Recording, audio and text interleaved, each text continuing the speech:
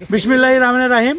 আমি বর্তমানে দাঁড়িয়ে আছি ঘোড়াদাহা বিল থেকে যে ক্যানেলের মাধ্যমে পানিটা নিষ্কাশন হয় দাঁড়া থেকে চলে যায় পাগলা নদী থেকে মহানন্দা নদীতে যে মিলিত হয়। তো সেই দাঁড়াতে আমরা দাঁড়িয়ে আছি। দীর্ঘদিন থেকে এই দাঁড়া খনন না হওয়ার কারণে আপনারা দেখতে পাচ্ছেন এই দাঁড়াতে সব জঙ্গলে ভর্তি হয়ে গেছে। যেখানে পানি থাকার কথা সেখানে জঙ্গল ছাড়া আর কিছুই নাই।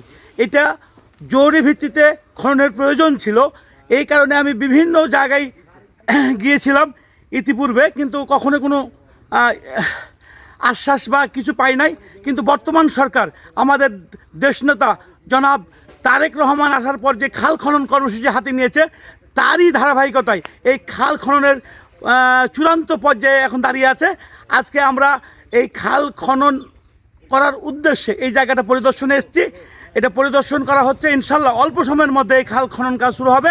তারেক জিয়ার মাধ্যমে এই দেশ যে উন্নয়নের ধারায় ফিরে এসছে, সেই ধারাবাহিকতায় এই মোবারকপুর ইউনিয়নে ইনশাল্লাহ প্রত্যেকটা উন্নয়নমূলক কাজ ধারাবাহিকভাবে করা হবে। আমি আশা করি ইনশাল্লাহ এই খাল দ্রুত সময়ের মধ্যে খনন কাজ শুরু হবে। সকলকে ধন্যবাদ। আসসালামু আলাইকুম।